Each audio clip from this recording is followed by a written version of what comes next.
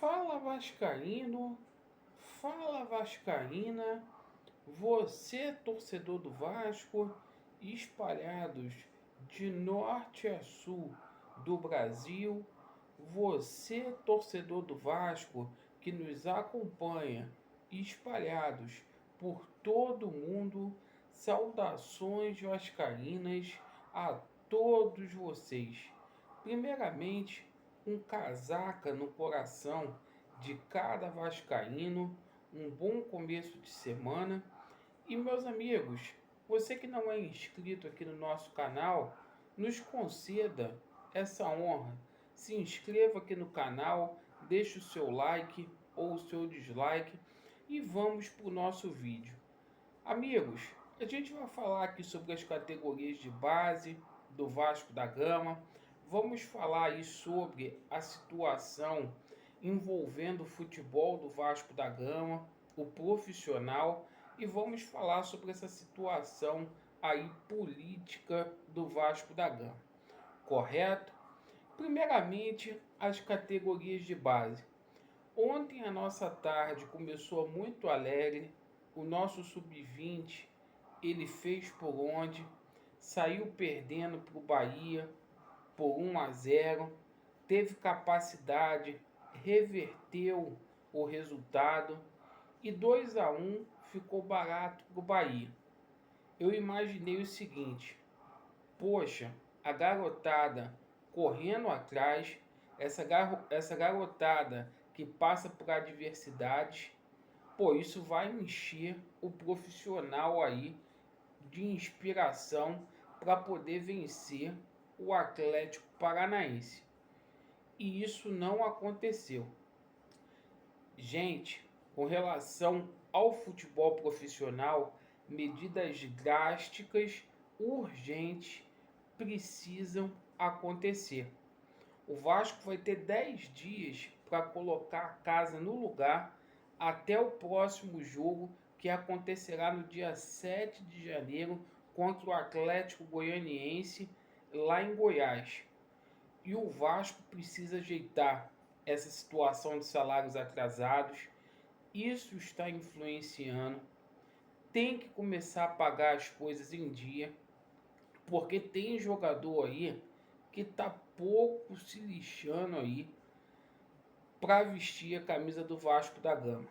Infelizmente, o Vasco precisa resolver o que está em aberto, até para que dirigentes tenham condições de cobrar. Outra coisa que precisa ser resolvida o mais rápido possível é a situação do Ricardo Sapinto. Na minha opinião, Ricardo Sapinto já era para ter sido demitido. Ricardo Sapinto faz um campeonato brasileiro com 30% de aproveitamento. Já passou da hora, o Ricardo Sapinto está perdido, pegou um trabalho aí em andamento, sem conhecer os atletas do Vasco da Gama, e não adianta forçar a barra mais com esse treinador. Muitos treinadores reclamam que não tem a oportunidade de repetir escalação. E o Ricardo Sapinto, agora já no mês de dezembro, quando ele tem a oportunidade de repetir a escalação, ele muda na equipe, e são mudanças assim que não dá para a gente entender. Ontem ele entrou com o Erlen, sem cabimento, deixou o Léo Gil no banco, deixou o Thales no banco. Então foi um show de horrores.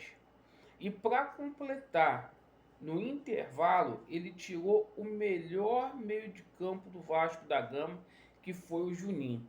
Então, um show de horrores, um treinador que está perdido.